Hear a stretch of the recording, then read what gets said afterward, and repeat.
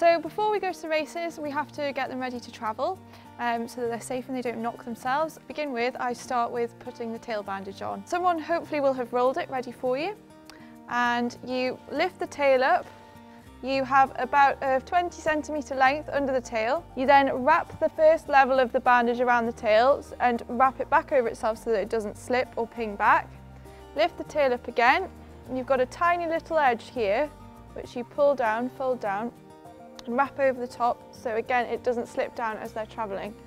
You just want to try and make sure it's nice and smooth so that they don't get rubbed either under their tail or have the sides of their tail rubbed. Then you continue by wrapping the bandage about halfway down the previous wrap. You work down all the way down the tail with a nice even tension, not too tight. You want to bandage all the way to the bottom of their tail where the tailbone finishes. So generally, most bandages have two strings attached to the end. You pull one of them round and leave the other one where it is, and you tie it in a bow at the back, just to the side so that they don't rub the bow out.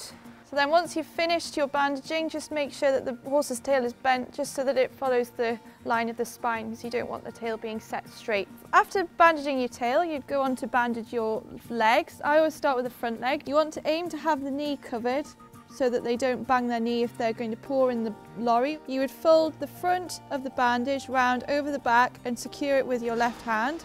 Then with your bandage, you would place it round the front like so. You would then roll the bandage round the far side of the leg until the bandage is then overlapping your first stroke with the bandage.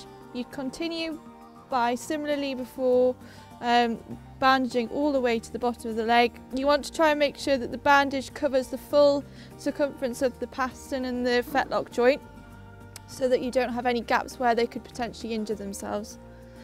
So then once I've got to the fetlock joint on the front legs, work my way back up like so, finish with the Velcro on the outside pointing towards the back.